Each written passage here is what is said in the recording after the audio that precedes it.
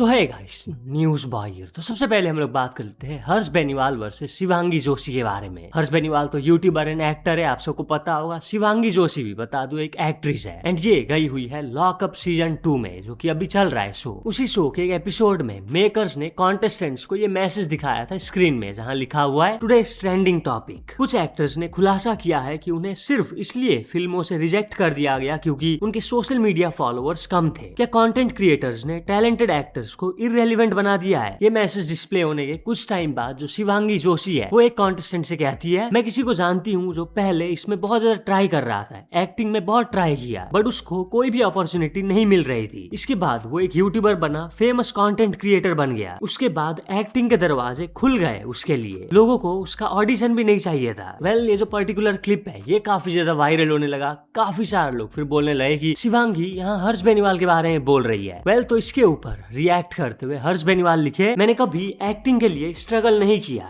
ऐसा नहीं है कि सब कुछ इजी था, बस मुझे जेन्युइनली पता नहीं था कि स्ट्रगल कहाँ और कैसे करना है। आज तक जितने भी रोल्स मुझे मिले हैं सब ऑडिशंस के थ्रू मिले हैं। मुझे कुछ भी आसानी से मेरे हाथ में नहीं मिला और आज भी एज एन एक्टर मैं ऑडिशन देता हूँ एंड मैं ऑडिशन देता रहूंगा, क्योंकि मेरा मानना है कि work should always speak louder than entitlement. तो हर्ष बेनीवाल के इस ट्वीट का किसी ने रिप्लाई किया था, शिवांगी ने किसी का नाम मेंशन नहीं किया था, वो बहुत से यूट्यूबर्स को जानती है, प्लीज इस कंक्लूजन में मत आओ कि शिवांगी ने तुम्हारे बारे में ही बात किया था। जिसका फिर हर्ष बेनीवाल रिप्लाई करते हैं, मैंने भी किसी का नाम मेंशन नहीं किया, don't jump to conclusions. Shivangi मेरी अच्छी दोस्त है एंड मुझे पता है उसने मेरे बारे में नहीं कहा था। मैंने ये ट्वीट उन लोगों के लिए किया जिन्हें लग रहा है कि शिवांगी ने मेरे बारे में बात किया। और हर्ष बेनीवाल का बात हो ही रहा तो बात कर लेते हैं उनके ही बारे में। तो उन्होंने लॉन्च कर दिया है अपना खुद का ब्रांड ऑक्टोपस। क्या है भाई ऑक्टोपस? बता दूं, परफ्यूम्स का ब्रांड है। जो ऑक्टोपस के परफ्यूम्स है उसके प्राइस 799 रुपीज से स्टार्ट है। हर्ष बेनीवाल बताए ना, जो मार्केट में परफ्यूम्स मिलता है 400-500 रुपए में, उसमें क्वालिटी नहीं होता है। अगर आप क्वालिटी वाला परफ्यूम खरीदने जाओ तो उसका प्राइस बहुत ज्यादा हाई है। तो इसलिए उन्होंने लॉन्च किया है ऑक्टोपस परफ्यूम्स। तो चलिए नेक्स्ट अपडेट के बारे में बात करते, जो की है एक बहुत ही शॉकिंग न्यूज के बारे में, जो की है मध्य प्रदेश से। एक 26 साल की प्रेग्नेंट वुमन को उसके हस्बैंड एंड उसके फैमिली जबरदस्ती एसिड खिला देते हैं, जिस वजह से वो 26 साल की लड़की का डेथ हो जाता है। यस, निशा राठौड़, जिसका की शादी मई 2022 में हुआ था। उसी टाइम ना जो उसके हस्बैंड एंड हस्बैंड के फैमिली है उन्होंने डाउरी डिमांड किया था, कार एंड अदर वैल्यूएबल्स यानी गहना वगैरह। एंड जब शादी के बाद वो नहीं दिया गया तो जो हस्बैंड एंड हस्बैंड के फैमिली है वो निशा को हैरेस करने लग जाते हैं बहुत ज्यादा। एंड रिसेंटली तो हस्बैंड एंड हस्बैंड के फैमिली ने उसे फोर्सफुली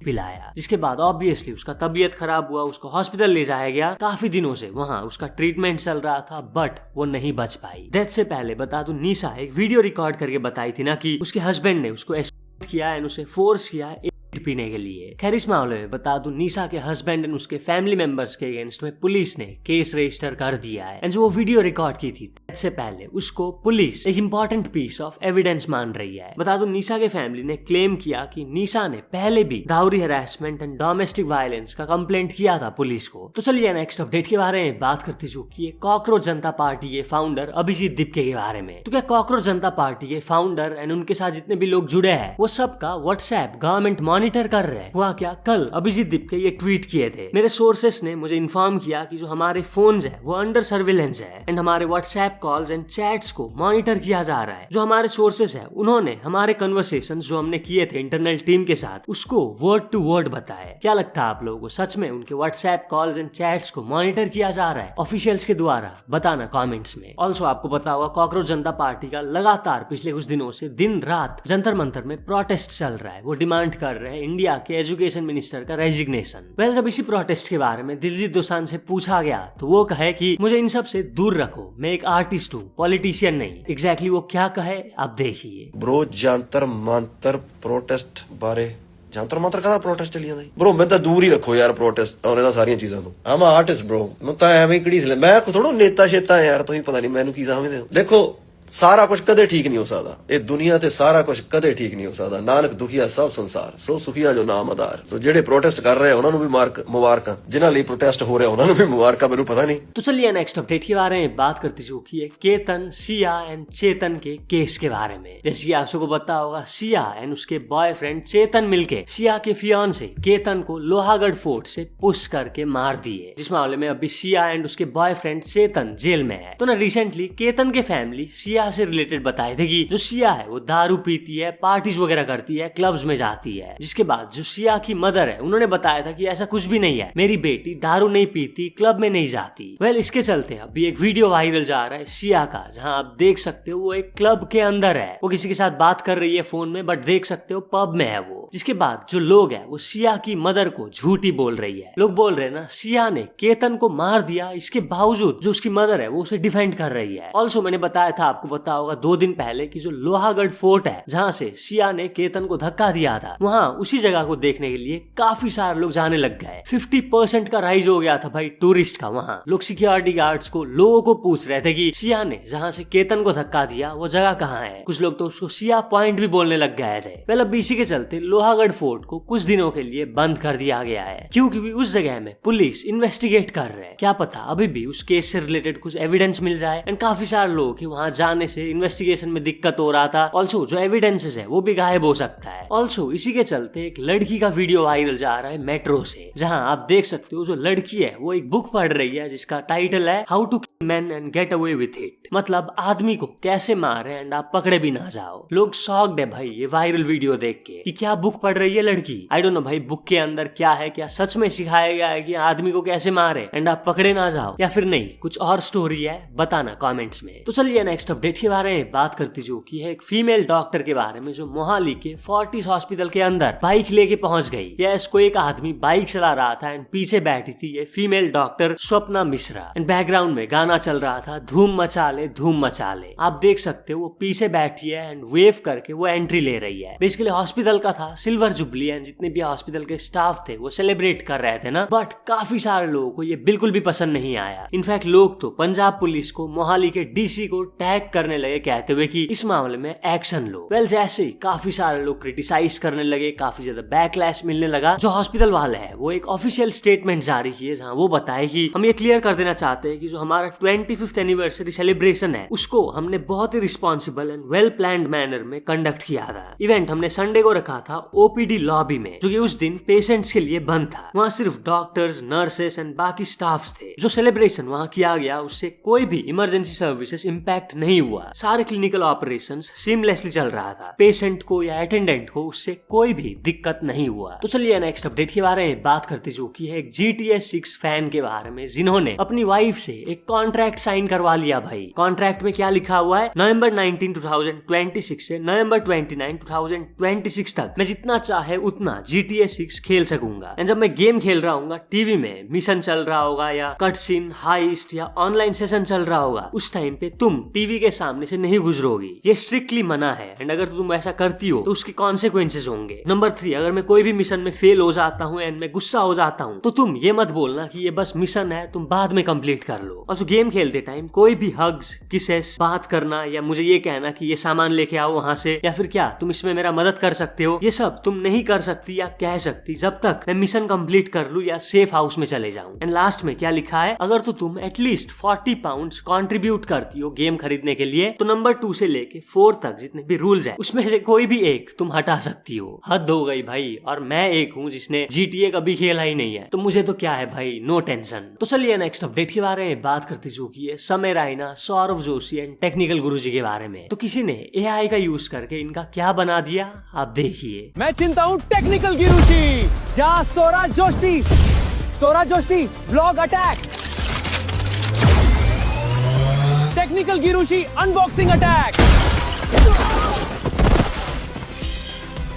इसके ऊपर रिएक्ट करते हुए समय रायना लिखे what the hell is this man. और जो उन्होंने आशीष संसलानी टेक्निकल गुरुजी को टैग किया है, बट उन्होंने जो सौरभ जोशी को टैग किया है वो गलत सौरभ जोशी को वो टैग कर दिया ना। तो उनके किसी एक फॉलोअर ने उनको रिप्लाई किया ना कि ये कौन से वाले सौरभ जोशी को टैग कर दिए, जिस पर समय रायना रिप्लाई करते हैं वीडियो में भी कौन सा असली वाला है। ऑल्सो आशीष संसलानी इस वीडियो के ऊपर रिएक्ट करते हुए कहे इनका AI बंद करवाओ कोई BC and WTF is Saurabh Joshi. AI video में आपने देखा होगा जो AI है वो सौरभ जोशी नहीं बोलता बोलता, सौरा जोशी बोलता है। तो इसी के बारे में बात कर रहे हैं आशीष संसलानी, और जो टेक्निकल गुरुजी भी इस वीडियो को शेयर किए थे ना हंसने वाला इमोजी डाल के। ऑल्सो समय रायना अपने इंडियाज गॉट लेटेंट सीजन 1 के फर्स्ट एपिसोड में एक चैरिटी के फंड रेज के लिए उन्होंने QR कोड डाला था कुछ सेकंड्स के लिए, 4-5 सेकंड्स के लिए बस। बट गेस व्हाट, उसमें भी लोगों ने स्कैन करके 5 लाख रुपए से ज्यादा डोनेट किया, जिसके बारे में बताते हुए समय रायना ये कहे। दोस्तों, अगर आपने इंडियाज गॉट लेटेंट का फर्स्ट एपिसोड देखा था तो उसमें मैंने शुरू में एक चैरिटी के लिए QR कोड रखा था for Salaam Bombay foundation to donate, and I am very happy to tell you that we have raised more than 5 lakh rupees just on that one QR code, जो कुछ 4 सेकंड के लिए आया होगा। उस 4 सेकंड में भी लोगों ने पॉज किया, स्कैन किया और फिर डोनेट किया। Thank you so much for that. That just shows how powerful our community can be, and thank you so much for that. Salaam Bombay is doing amazing work to help urban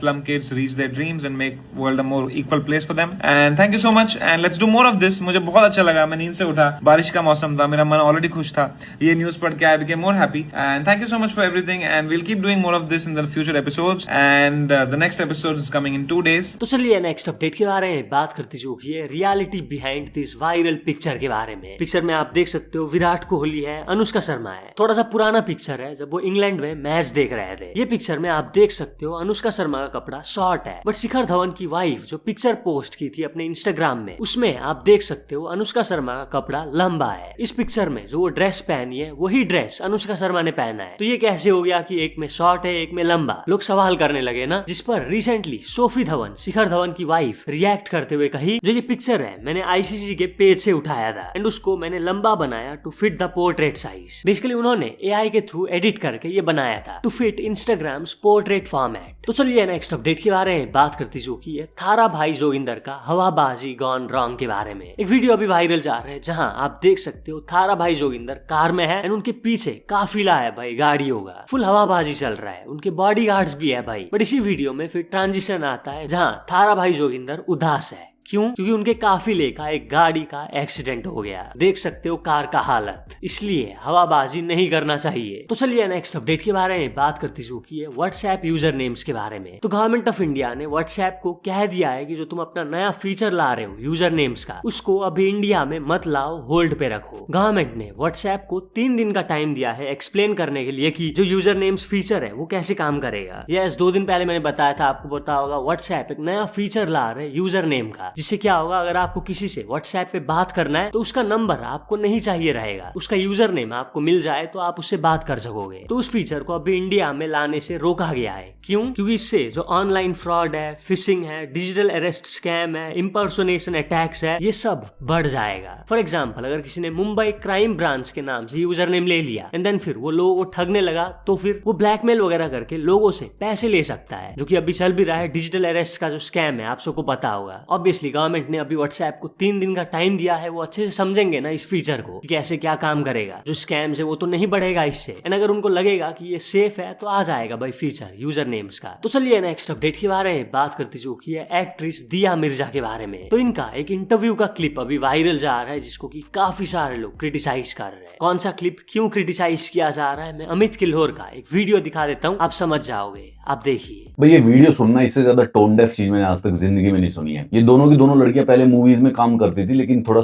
इनका काम चला नहीं, तो आजकल पॉडकास्ट करती है और क्या वाहियात बात कर रही है, ध्यान से सुनिए। The dolphin I rang the other day, the coconut na nariyal wala deliver the nariyals, and nothing burns my blood more than nariyal pani arriving in plastic.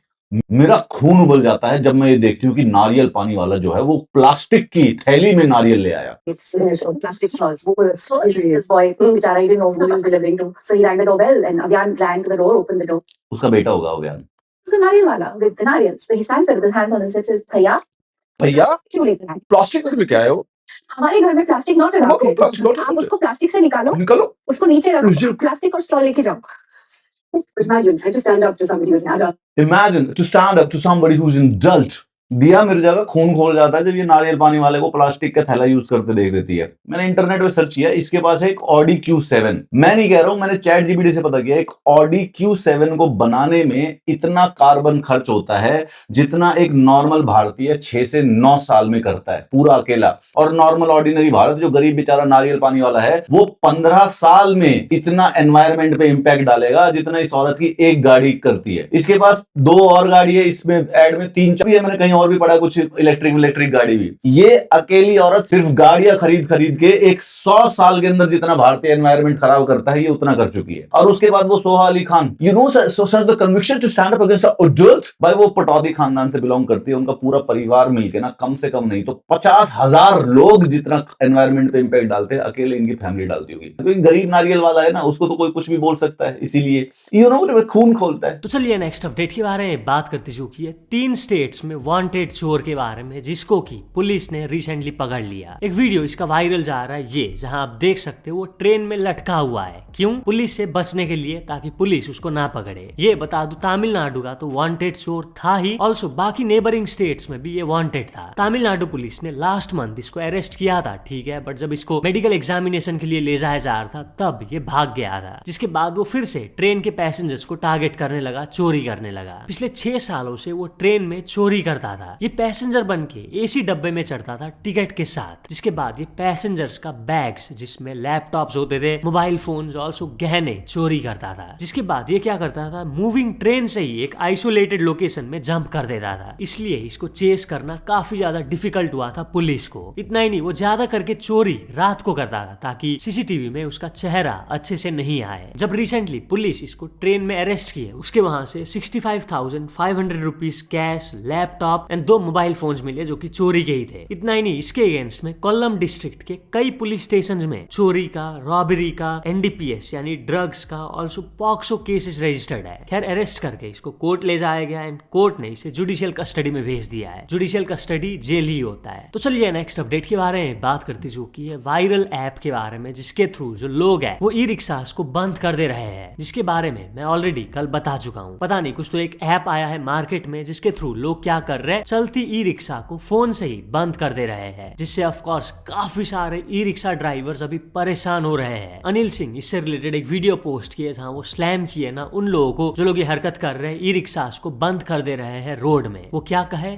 आप देखिए। ये जितने भी लोग अपने फोन में ये वाला ऐप यूज करके अपने आसपास का ई रिक्शा बंद कर दे रहे हैं ना, और इंटरनेट पे आके ज्ञान दे रहे हैं कि ये ई रिक्शा वाले बहुत बदतमीजी करते हैं, गलत गाड़ी चलाते हैं, आरटीडी गाड़ी चलाते हैं, आतंक मचाते हैं रोड पे, इसलिए हम इनको सबक सिखा रहे हैं, सही कर दिया बहुत हमने। अब बेटा अगर ये नहीं भी कर रहे होते ना ये सब काम, तभी तुम इनका ई रिक्शा ही बंद करते हैं, क्योंकि इस ऐप से ई रिक्शा ही बंद होता है। इस ऐप से जहाज बंद हो रहे हैं ना, तुम जहाज को भी बंद करते हैं, बता रहा हूँ। तो जो पूरा दिन एक गरीब इंटरनेट पे ज्ञान देता रहता है ना, अमीर लोग हमें तंग करते हैं, परेशान करते हैं, अमीर अपने गलत इस्तेमाल करता है पावर का और गरीबों को दबाया जाता है। ऐसा नहीं कि सिर्फ अमीर लोग करते हैं, ये गरीब भी गरीब के ही पीछे पड़ा हुआ है। ई रिक्शा चलाने वाला गरीब जो उसमें बैठ रहे हैं वो भी कोई ज्यादा अमीर नहीं है, और जो ऐप यूज करके ई रिक्शा बंद करते हैं ये भी कोई बहुत ज्यादा अमीर नहीं है, ये भी गरीब ही बेरोजगार भी है साथ। तो अपने आप को भगवान का बंदा मत समझो कि हमने इस ऐप से ई रिक्शा बंद कर दिया, किसी को सबक सिखा दिया। इस ऐप से मिसाइलें छूट रही तो मिसाइल भी छोड़ते, तुम इतने पागल अपने मजे के लिए तो ज्ञान देते रहते ना इंटरनेट पे कि अमीर लोग अपनी पावर का गलत इस्तेमाल करते हैं, तो तुम भी अपनी पावर का गलत इस्तेमाल कर रहे हो, इस फोन का और इस ऐप का यूज करके गरीब को तंग कर रहे हो। तुम भी उसी श्रेणी में आते, कोई अपने आप को अलग मत समझो। तो सुधर जाओ, इंसान बन जाओ, पागल वाली हरकतें मत करो। कोई 200-400 रुपए कमा के खा ले रहा है पूरे दिन भर में, दिहाड़ी वाड़ी लगा के, तुम उसके पीछे मत पड़ो। तो चलिए नेक्स्ट अपडेट के बारे में बात करती जो की है उत्तर प्रदेश के एक ग्रामीण बैंक के एक एम्प्लॉय के डिस्गस्टिंग हरकत के बारे में। एक आदमी जो कि पैसे निकालने गए बैंक, क्योंकि उनका जो बेटा है वो हॉस्पिटल में एडमिट है, उन्हें पैसा चाहिए। तो